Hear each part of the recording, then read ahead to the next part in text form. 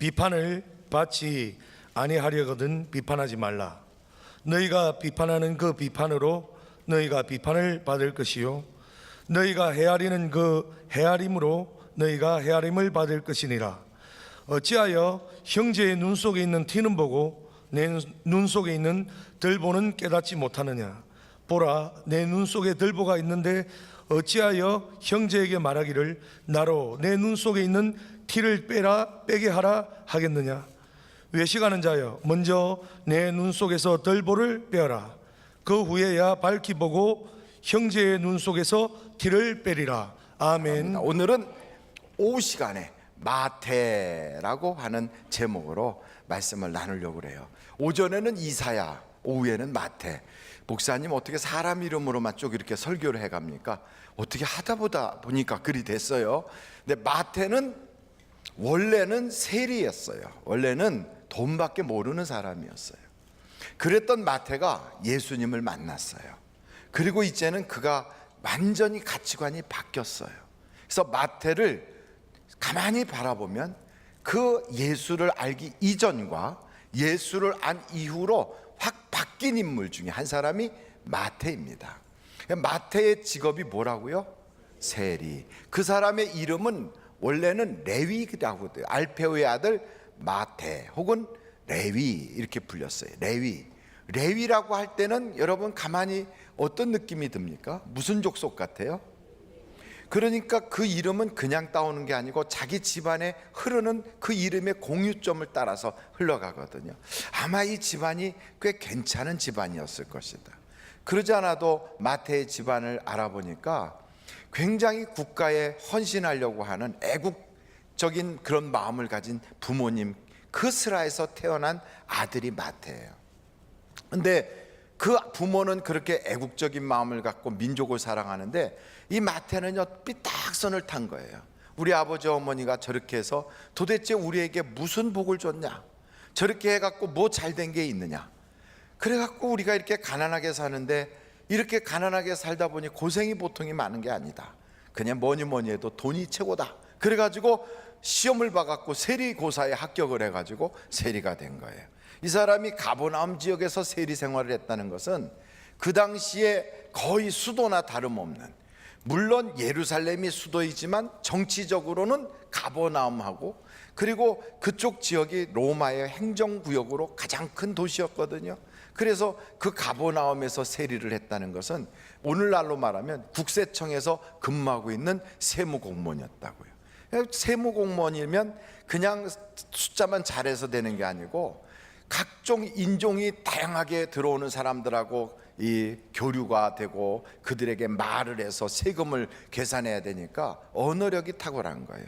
단순하게 그냥 그 돈 계산만 잘하는 게 아니고 헬라어도 잘하고 히브리어도 잘하고 아람어도 할 줄 알고 그리고 주변에 웬만한 나라들 이야기 이렇게 하면 페니키아어도 하고 이렇게 다양한 언어를 할 수 있을 때 세리가 되는 거예요. 그러니까 이렇게 똑똑하고 집안 괜찮은 사람이 세리가 됐다. 오늘날로 말하면 공무원 시험에 합격했다 그러면 괜찮은 거지만 그 당시의 세리는 그렇지 않았어요. 그 당시의 세리는 욕먹는 거예요. 그 세리에 대해서 이 성경을 쭉 보면 어떻게 표현되고 있냐면 세리, 창기, 이방인, 개, 죄인 같은 등급이에요. 다시 한번 해볼까요? 세리, 창기, 아니 저 혼자 할게요. 세리, 창기, 개, 이방인, 죄인, 이 5가지 그 이야기가 같은 등급이에요. 근데 그 중간에 사람이 아닌 거 쏙 들어갔죠? 그게 뭐였어요?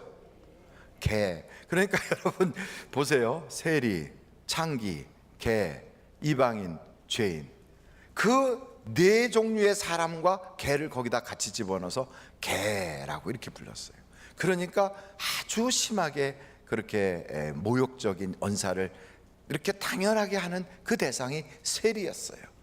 그가 당시 공무원으로서 그런 모욕적인 그런 칭호를 받고 사람들이 그를 경멸했던 이유는 오직 한 가지예요. 로마 정권을 위해서 일을 하는 우리나라의 일제시대의 순사와 같고 일본 앞잡이 형사 같은 사람이 바로 세리라고요. 그러니까 매국노요, 돈밖에 모르는 수전노 같은 사람. 근데 이 사람이 그런 소리를 들어도요 하나도 가책이 없어요. 왜냐하면 돈을 많이 벌거든. 그리고 자기가 목적했던 것을 이루고 있거든요. 그랬던 이 세리 마태가 예수님을 만난 거예요. 이 세리가 예수님을 만났어요. 그 전에 그는 돈이면 단 줄 알고 그렇게 인생을 달려갔던 사람인데, 예수님을 만나고 나서 그가 무슨 표현을 하는가 하면, 한번 여러분 마태복음 13장 44절을 찾아보세요. 마태복음 13장 44절 한번 같이 읽어보실까요? 시작. 천국은 마치 밭에 감추인 보화와 같으니 사람이 이를 발견한 후 숨겨두고 기뻐하며 돌아가서 자기의 소유를 다 팔아 그 밭을 사느니라. 바로 이 세리 마태가 예수님을 탁 만나는 그 순간, 겉보기에는 목수고, 겉보기에는 노동자고, 겉보기에는 허술한 사람이고, 겉보기에는 당시 명문가도 아니고 당시 대제사장이나 권력가도 아닌 형편없는 그런 남루한 모습의 초라한 예수님을 딱 보는 순간 이 밭 속에 있는 진짜 보화를 발견한 거예요. 그래서 너무 기뻐서 자기 집에 있는 모든 걸 다 팔아서 그 밭을 샀다는 거예요. 그러니까 세리의 입장에서는 자기의 모든 것을 판 것은 자기의 직업을 던져버린 거예요. 자기가 그동안 해왔던 모든 것을 다 포기해버린 거예요. 그리고 하나를 택한 거예요. 예수를 택한 거예요. 그가 그렇게 예수를 택하고서 그냥 단순히 간 게 아니라, 그리고 온 자기 세리 친구들을 다 모아놓고 잔치를 벌여요. 그 잔치를 벌이는 내용이 성경의 누가복음에 등장하는데, 여러분 누가복음을 한번 찾아보는, 누가복음 5장입니다. 누가복음 5장 27절로 29절. 그 후에 예수께서 나가사 레위라 하는 세리가 세관에 앉아 있는 것을 보시고 나를 따르라 하시니 그가 모든 것을 어떻게 했다고요? 버리고 일어나 따르니라. 그것뿐 아니에요. 29절 다 같이 한번 읽겠습니다. 시작. 레위가 예수를 위하여 자기 집에서 큰 잔치를 하니 세리와 다른 사람이 많이 함께 앉아 있는지라. 여러분, 이 마태, 이 세리 레위는 예수님을 만나고 나서 그 이전과 그 이후가 완전히 달라지는데, 그때 그 타임에 잔치를 벌여요. 내가 예수를 만났다. 내 인생에 어떻게 이렇게 귀한 보물단지를 만나는가. 그래서 잔치를 벌인 거예요. 우리 교회 어떤 분은요, 침례 받고 나서 너무 감사하다고 식사 초청을 하더라고요. 감사헌금을 드리는 분도 계시고, 식사 초청을 해서 목사님, 제가요 새로 태어났어요. 제가 이번에 예수님으로 새로운 인생을 시작했어요. 저 오늘부터 이제 1살입니다. 이렇게 하면서 잔치를 하는 사람이 있어요. 어떤 사람은 방언을 받았다고 잔치를 하고, 어떤 사람은 뭐 애가 좋은 학교 갔다고 막 잔치를 하고, 또 우리 남편이 승진했다고 잔치하는데, 그런 것이 아니라 이 세리 마태는 자기의 직업을 버리고 예수를 따라간 것 때문에 잔치를 벌여요. 엘리야가 엘리사를 만났을 때 엘리사가 거기서 농사를 짓고 있었어요. 12결이 소를 끌고 이러면서 막 소를 막 몰고 가는데, 12결이라는 건 소가 몇 마리인 줄 아십니까? 12결이면 소가 몇 마리예요? 24마리. 소 24마리를 다 묶어가지고 그렇게 그걸 이렇게 할 정도면, 이 엘리사라고 하는 사람은 보통 이 능력자가 아닌 거예요. 소 24마리를 조종할 수 있어요. 거기다가 그 소 24마리가 끄는 것에 쟁기를 콱 받고 거기에 끌려가지 않고 자기가 원하는 대로 쟁기질을 할 수 있는 그런 대단한 인물인데, 이런 사람이 농사를 지으니 여러분 농지가 조그맸겠어요? 넓었겠어요? 당연하지요. 소 24마리를 쫙 12씩 짝져서 12마리를 세워가지고 농사를 짓는 사람이, 그럼 뭐 논이 요만하고 밭이 요만하면 소 12마리 세워놓으면 끝나지요. 끌고 갈 틈도 없지요.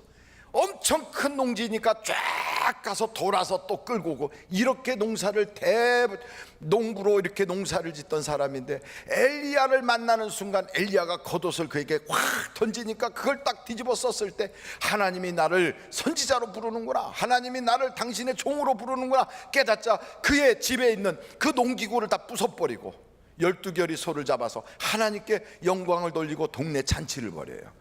저는 여러분들이 영적인 좋은 일이 있으면 그것 때문에 잔치를 벌일 수 있기를 간절히 바라요. 오늘도 하나님의 말씀 때문에 내가 기쁘다, 잔치를 벌이자. 하나님께서 나에게 이런 은혜를 주셨다, 감사하다, 잔치를 벌이자. 여러분, 이런 잔치는 우리 하나님께서는 날마다 벌어져요. 언제? 믿지 않았던 사람이 예수 믿게 됐을 때 천국에선 잔치가 벌어져요. 당자가 돌아올 때 아버지 집에서 잔치가 벌어지는 것처럼 우리 눈에는 보이지 않지만 하나님께서는 오늘도 아무개가 회심을 했구나, 오늘도 아무개가 회개를 하고 이제는 진짜로 예수 믿는 사람이 되었구나, 이제는 아무개가 거짓의 위선을 탈을 던져버리고 이제는 정말 진실한 길로 들어섰구나, 이제는 마귀와 완전히 이별하고 하나님 편에 서 있구나. 이것 때문에 막 잔치가 벌어져요. 여러분, 이런 잔치가 여러분의 인생에 지속되기를 간절히 바랍니다. 한번 절 따라해보세요. 나는 잔치집 인생이다.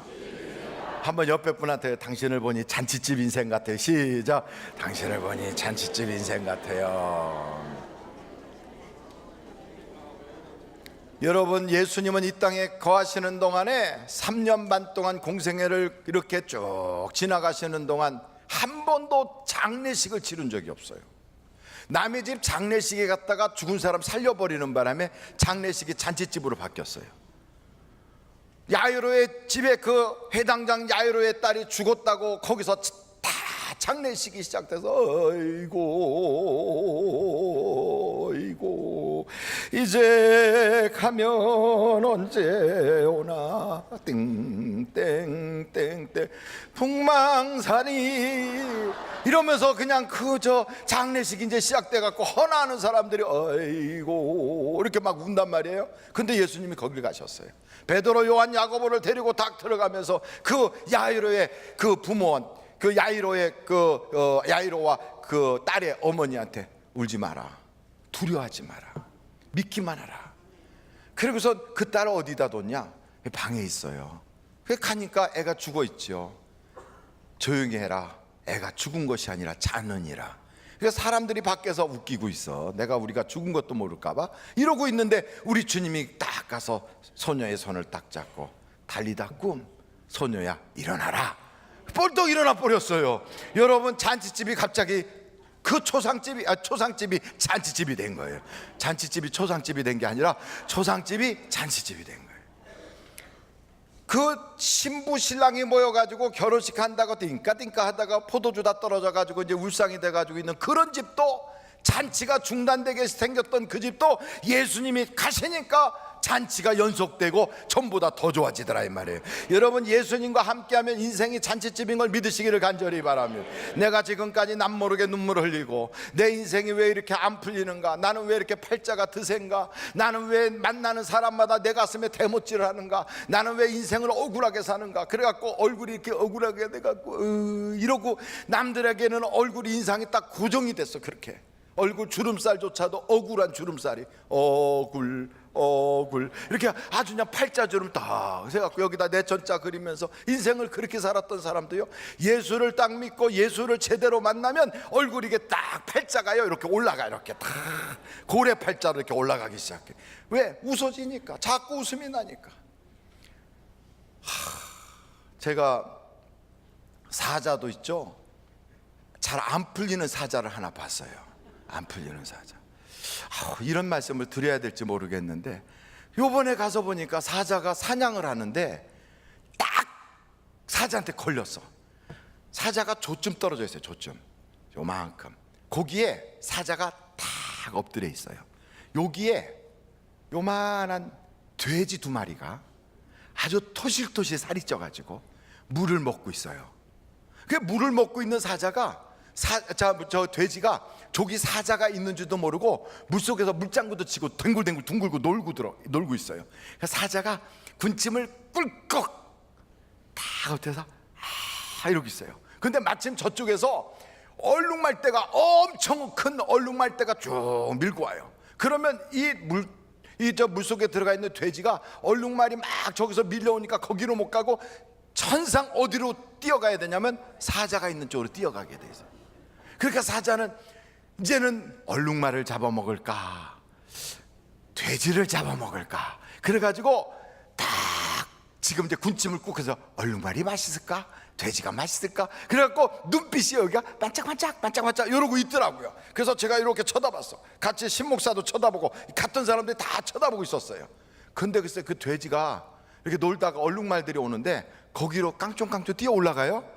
그러더니 이 돼지가 거기서 갑자기 뭐라고 그랬는지 막 몸부림을 치면서 도망가니까 오던 얼룩말들도 다 도망가 버렸어요. 그러니까 엎드려서 모기에 물리고 그냥 눈 주변이고 이런 데가 파리가 막 끼는데도 그것 쫓지 않고 참으면서 이러고 엎드려 있던 사자가 다 도망가니까 어떻게 하냐면 이러고 입이 여기 이렇게 돼가지고 그때 그 모습이 세상에 나는 너무 억울해 하는 완전히 그 모습이에요. 그 모습. 세상을 살다가 될 듯하다 안 풀리는 사람들, 아유 나는 왜 그래 이런 사람들. 여러분의 인생이 팔자가 세서가 아니에요. 우리의 인생에 정말로 도와주는 분을 제대로 만나지 못해서 그런 거예요.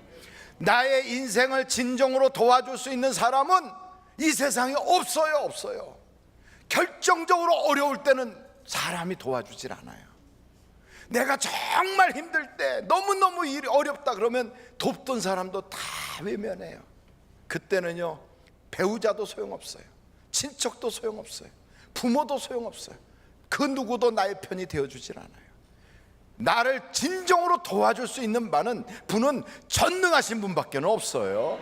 바로 그때 하나님이 나를 탁 도와주시면 그렇게 힘들었던 문제가 쑥 쉬워지는 거예요.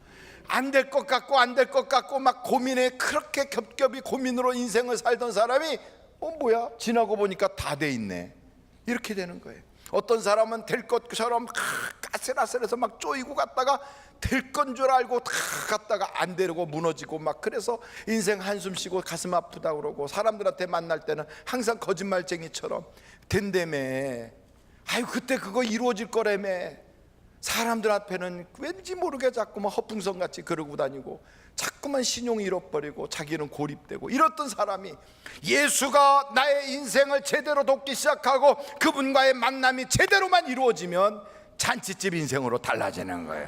그래서 성경은 말합니다. 살만난 인생이 될 것이라고. 뷸라와 헵시바처럼 마치 신부가 결혼할 때 단장을 하는 것처럼 내가 너의 인생을 단장시켜 줄게 라고 우리 주님이 약속하고 있는 걸 믿으시기를 간절히 바라요. 이것을 발견했던 세리 마태 레위라고 하는 이 사람은 돈이 다가 아니구나. 나는 아버지 엄마가 그렇게 살아도 돈 없어 가난해가지고 인생이 돈이 없으니까 불편하고 돈이 없으니까 구질구질하고 돈이 없으니까 사람한테 무시당하고 돈이 없으니까 인생 살아가는데 나는 흙수저다하고 항상 그것 때문에 불만이 가득 차서 어찌하든지 내가 욕을 먹더라도 돈을 벌겠다고 했는데 돈 가지고 안 되는 게 너무 많았어. 그 돈이 나를 만족시켜 줄 수가 없었어. 내 인생은 돈이 아니야. 내가 진짜 필요한 게 뭔지 몰랐어. 내 인생의 진정한 보물이 무엇일까? 그때 눈이 열린 거예요. 그때 비로소 눈이 딱 떠졌어요. 그래서 이 마태가 쓴 하나님의 말씀을 다 이렇게 살펴보면 마태복음 한번 여러분 찾아보시겠어요? 마태복음 6장에 이런 말씀이 있어요. 마태복음 6장 21절부터 24절까지. 내 보물이 있는 그곳에는 뭐가 있다고요? 내 마음도 있느니라.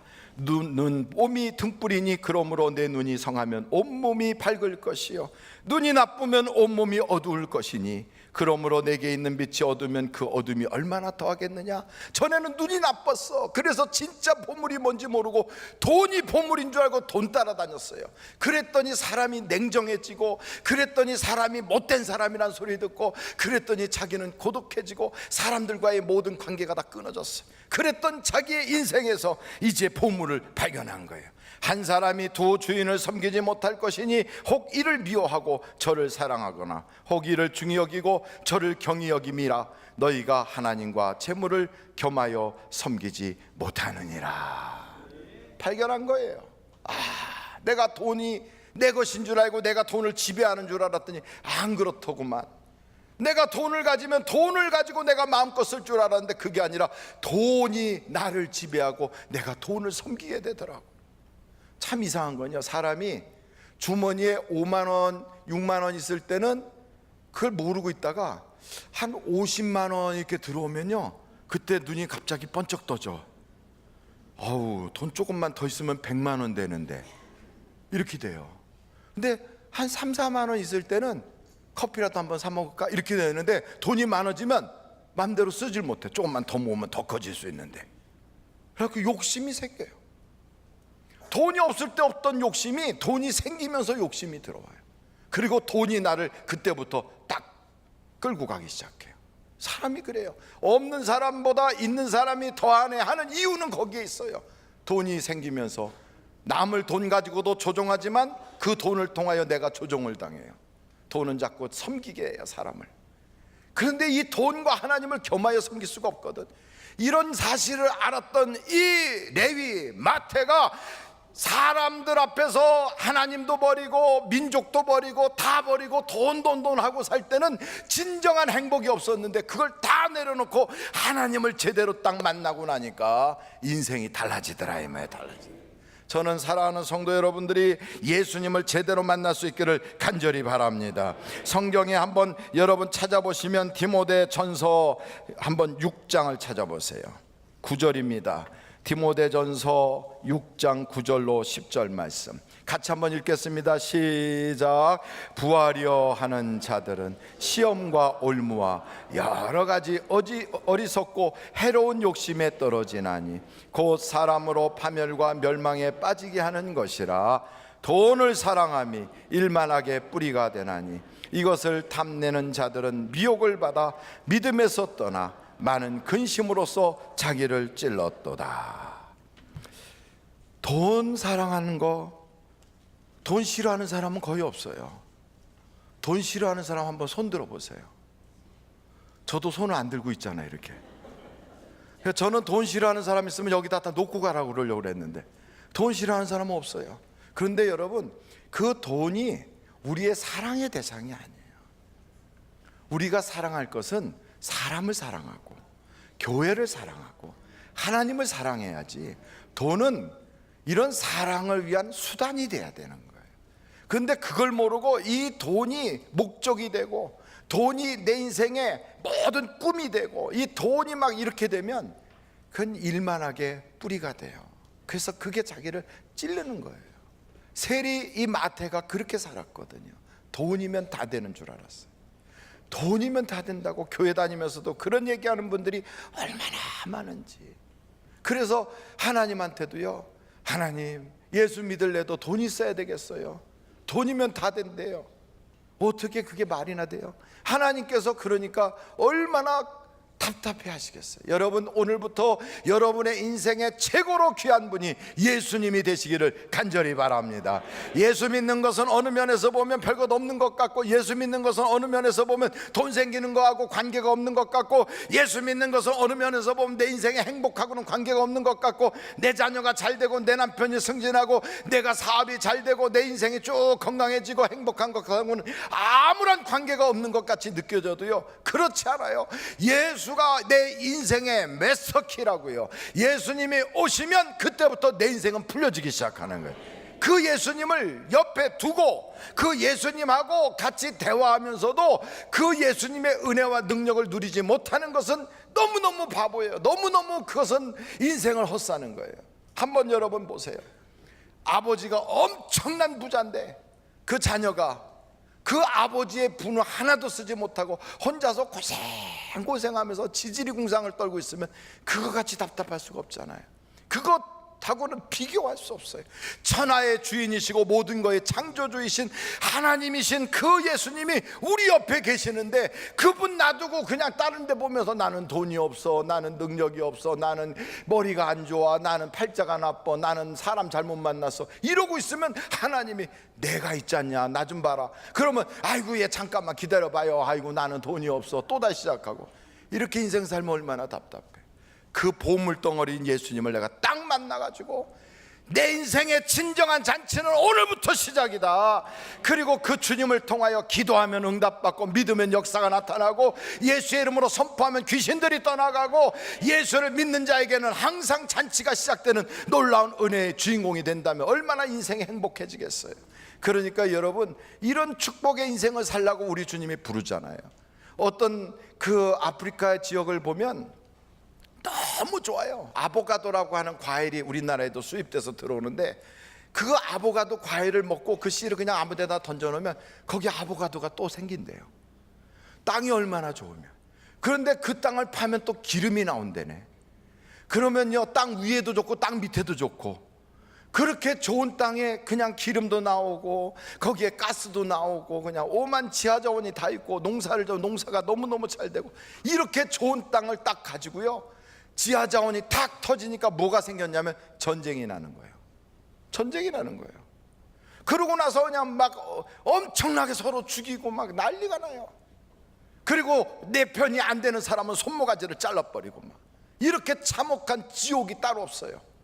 아니 왜 하나님이 주신 그 많은 축복을 놓고 거기서 그걸 가지고 행복을 누리며 살지 못하고 그걸 가지고 싸우면서 죽이면서 지옥같이 사느냐고요. 똑같아요. 우리는 날마다 하나님이 새날을 주시고 예수를 믿는 자는 죽어도 천국이 내 것이 되었고 기도하면 응답받는, 지하자원하고는 비교할 수 없는 영원한 하나님의 축복을 받았는데 왜 인생을 살면서 불평하고 원망하고 미워하고 싸우면서 사느냐고요.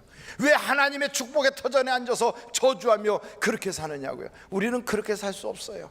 하나님, 내 인생에 마태가 만난 그 보아이신 예수님을 제대로 만나게 해주셔서 이제는 감사하며 살게 하시고 기뻐하며 살게 하시고 축복하며 살게 하여 주시옵소서. 이렇게 살아가는 거예요. 그래서 우리의 인생은요, 누리는 거예요. 예수 믿는 사람은 거지가 아니에요. 예수 믿는 사람은 인생을 살면서 마치 하나님한테 한 푼 줍시오 하는 거지로 사는 것이 아니라 하나님의 아들이요 하나님의 딸이기 때문에 자녀로서 권세를 당당히 누리고 사는 거예요. 그래서 혹시 잘못했으면 아버지 미안해요, 죄송해요, 잘못했어요. 그러면은 아들의 신분을 여전히 있기 때문에 누리고 있는 거예요. 갑자기 아들이었다가 종놈이 됐다가 그러다가 갑자기 그 집에서 쫓겨나고 이런 것이 아니라 잘못하면 돌이키면 다시 아들인 거예요.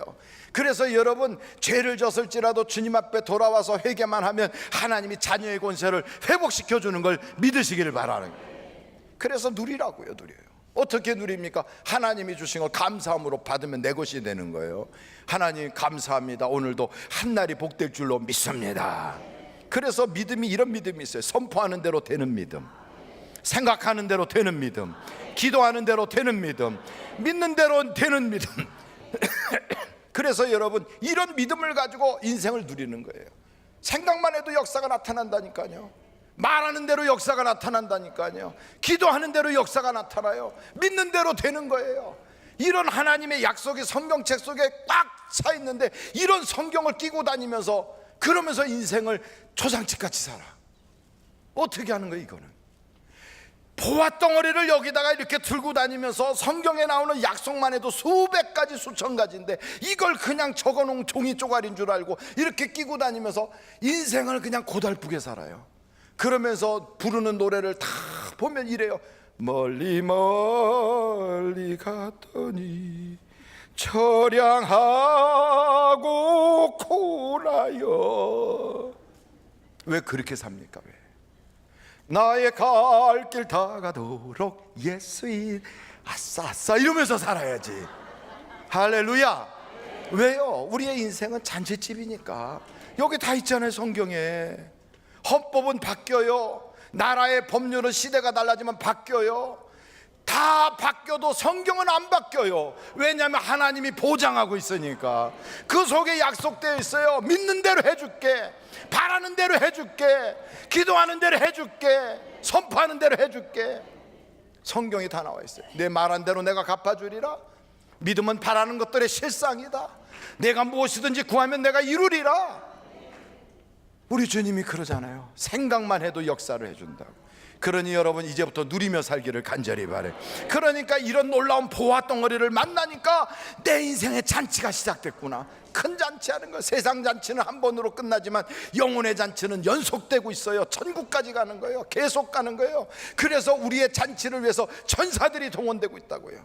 오늘 여러분, 우리는 세상에서 유명한 사람은 아니고, 이 세상에서 그렇게 대단한 인물 아니고, 우리 돌아봐도 우리는 그런 유력 인사들은 아닐지라도 우리는 천국에서는 유명한 사람들이에요. 천국에. 그래서 세상 뉴스에는 내 이름이 나오지 않아도 천국 뉴스에는 여러분의 이름이 나온다고요. 오늘도 오영택이가 하나님께 부르짖어 기도하여 응답받았구나. 이야, 대단하구나. 김아무개 집사가 오늘도 하나님께 사랑받았구나. 우와, 대단하구나. 천군 천사가 부러워하고 흠많은 여러분인 걸 믿으시기를 간절히 바라요. 그러니까 이 마태라고 하는 사람은 예수 믿기 전에는 지옥 인생이고, 예수 믿기 전에는 초상집이었는데 예수를 믿고 나니까 잔치집이 됐어요. 그래서 이제는 진정한 보화를 알았어요. 그래서 어떻게 사느냐? 그 다음부터 보면 마태라는 사람은요, 자기가 원래 직업이 세리였어요. 그런데 마태는 예수님 제자가 됐을 때 세리가 아니에요. 마태는 예수님 제자가 됐을 때 재정을 보고 있지도 않아요. 세상적인 자기의 직분을 생각하면 아마도 예수님 재정을 보고 있어야 정상일 텐데 그걸 하지 않아요. 뭘 하는가 봤더니 예수님의 말씀을 메모하는 거예요. 성경책에 마태가 뭐라고 했다든지, 마태가 어떤 일을 했다든지 이런 얘기가 하나도 없어요. 오직 하나요. 예수님이 하시는 설교를 적어요. 그걸 말씀을 다 적어요.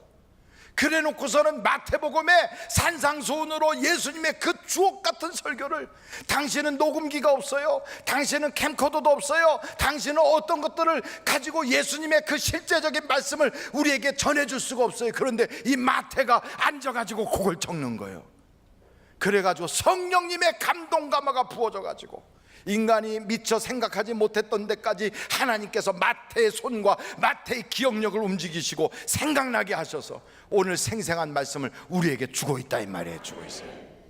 그러니 이 마태가 평생에 하나님의 아들 예수님이 이 땅에 오셔서 하신 그 기가 막힌 설교를 이걸 다 기록해가지고 이 시대를 살아가는 우리에게 얼마나 영적인 양식을 공급하고 있느냐고요.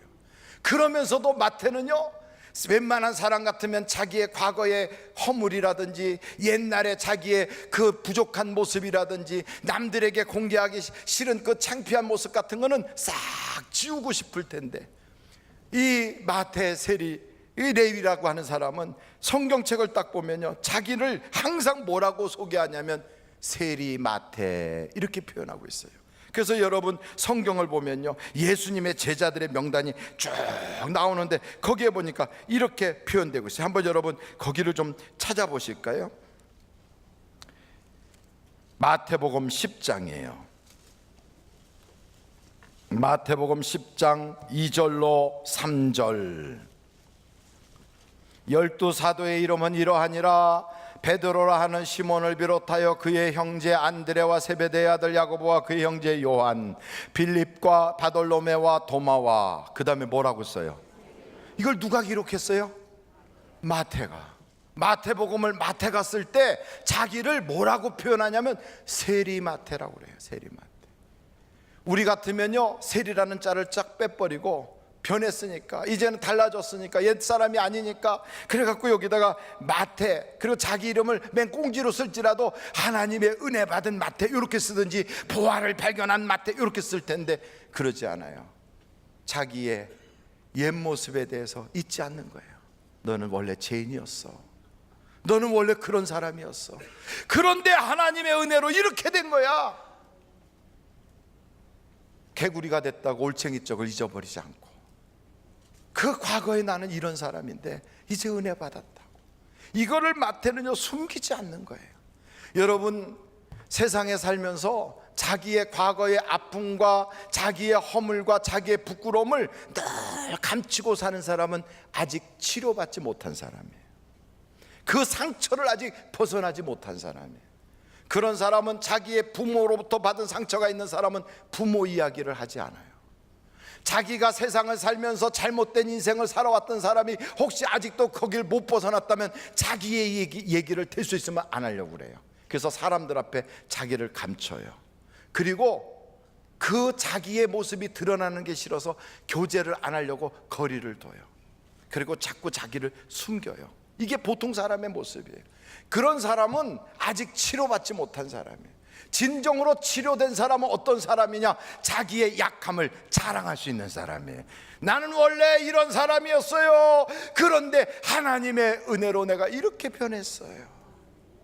나의 약함이 예수 그리스도 안에서 곧 강함이라.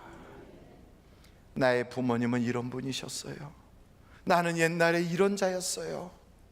나는 이런 아픔이 있었던 사람이에요. 나는 이렇게 남편이 5이나 있던 여자예요. 나는 원래 강도였어요. 이거를 성경은 끊임없이 이야기하고 있어요. 마태 세리는 이렇게 말합니다. 나는 원래가 세리였어요. 개, 창기, 이방인, 나는 바로 그런 자 중에 하나인 이 세리였어요. 그런 나를 하나님이 이렇게 써주고 계세요. 자신 있게 자기를 내놓을 수 있는 사람. 이 사람은요, 이미 자기의 문제를 해결받은 사람이에요. 그 사람은 이미 자기가 치료받은 사람이에요.